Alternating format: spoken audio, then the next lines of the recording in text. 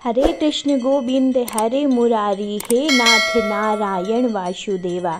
मेरे चैनल में आप सभी का स्वागत है। तो आज का मेरा वीडियो है षठतिला एकादशी कब है, इसकी व्रत कथा और शुभ मुहूर्त, महत्व और पूजा विधि और पारण का क्या समय है, किस मंत्र का जाप करना चाहिए, ये सब मैं आपको इस वीडियो में बताने जा रही हूँ। इससे पहले फ्रेंड्स, यदि अभी तक आपने मेरे चैनल को सब्सक्राइब नहीं किया है तो चैनल को सब्सक्राइब कर लीजिएगा और बेल आइकन में ज़रूर प्रेस कीजिएगा, जिससे मैं ऐसे ही वीडियो लाती रहूँगी तो आप तक पहुँच सकें। तो वीडियो को शुरू करते हैं। वर्ष 2022 में शुक्रवार 28 जनवरी को षठतिला एकादशी मनाई जाएगी। इस एकादशी का अपने नाम के अनुसार ही तिल का बहुत महत्व माना गया है। इस दिन भगवान श्री विष्णु का पूजन करने तथा नहाने के जल में तिल मिलाकर स्नान करने, तिल का दान तथा तिल से हवन और तर्पण आदि करने का बहुत महत्व बताया गया है। मान्यता यह है कि इस दिन तिल का अधिक से अधिक प्रयोग करने से ज़्यादा पुण्य फल मिलता है। वर्ष 2022 में पहले माह यानी जनवरी का यह दूसरा एकादशी व्रत है, जो कि शुक्रवार को मनाया जाएगा। माघ मास के इस एकादशी के व्रत के सभी पापों का नाश होगा। माघ मास की 10वीं एकादशी के दिन मनुष्य को स्नान आदि करके शुद्ध रहना चाहिए। इंद्रियों को वश में करके काम, क्रोध, लोभ, मोह, अहंकार, ईर्ष्या तथा द्वेष आदि का त्याग कर भगवान का स्मरण करना चाहिए। एकादशी के दिन सफ़ेद तिल का उपटन लगाकर पानी में तिल मिलाकर स्नान करना चाहिए।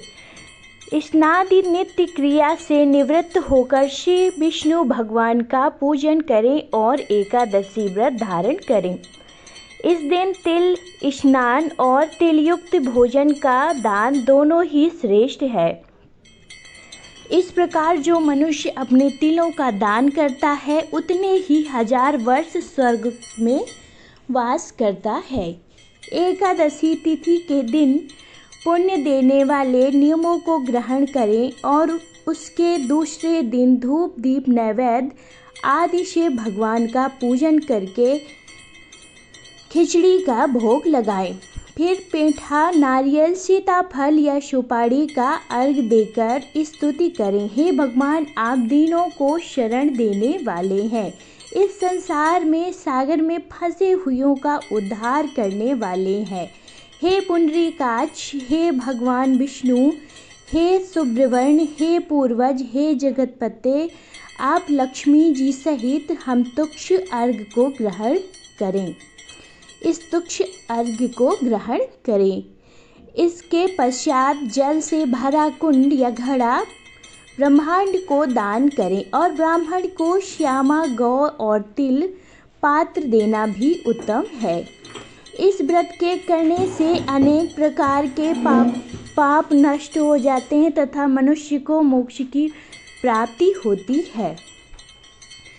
अगर पुण्य नक्षत्र में गोबर, कपास और तिल मिलाकर बने कंडों से 108 बार हवन करने से जीवन में पुण्य का उदय होता है तथा श्री विष्णु की कृपा प्राप्त होती है। इस दिन रात्रि को जागरण करें। इस दिन तिल स्नान, तिल का उपटन, तिल का हवन, तिल का तर्पण और तिल का भोजन और तिलों का दान, ये तिल के 6 प्रकार हैं। इस प्रकार के कारण षठतिला एकादशी कहलाती है तथा इसका बहुत पुण्य प्राप्त होता है। षठतिला एकादशी पूजन के मुहूर्त। शुक्रवार 28 जनवरी को षठतिला एकादशी 2:16 से शुरू होकर रात्रि 11:35 पर एकादशी समाप्त होगी।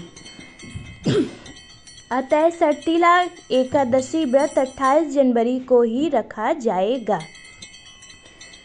इस दिन पूजन के लिए विशेष तौर पर अभिजीत और विजय मुहूर्त बन रहे हैं।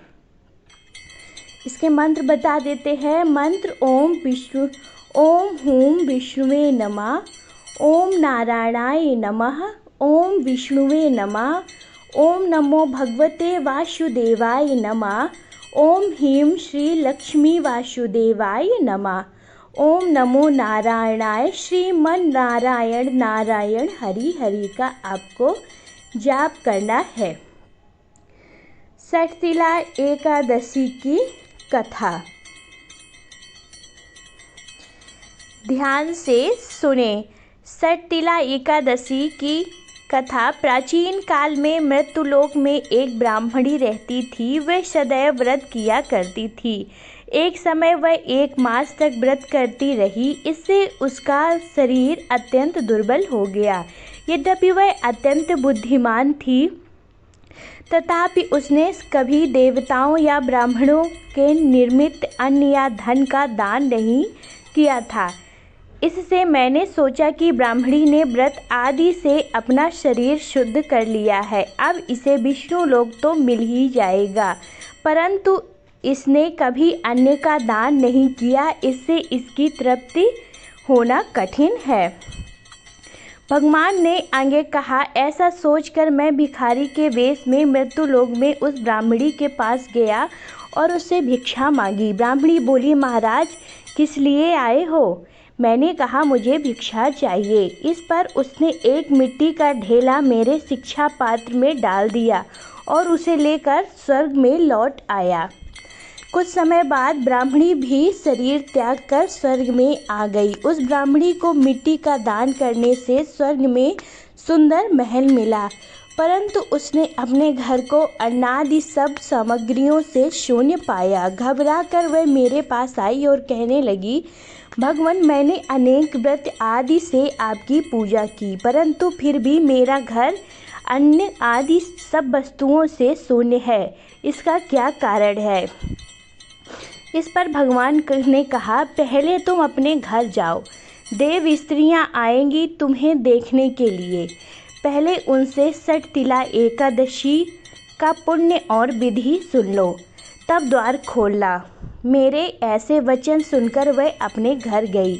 जब देव स्त्रियां आईं और द्वार खोलने को कहा तो ब्राह्मणी बोली, आप मुझे देखने आई हैं तो षठतिला एकादशी का महात्म्य मुझसे कहो। उनमें से एक देव स्त्री कहने लगी, मैं कहती हूँ।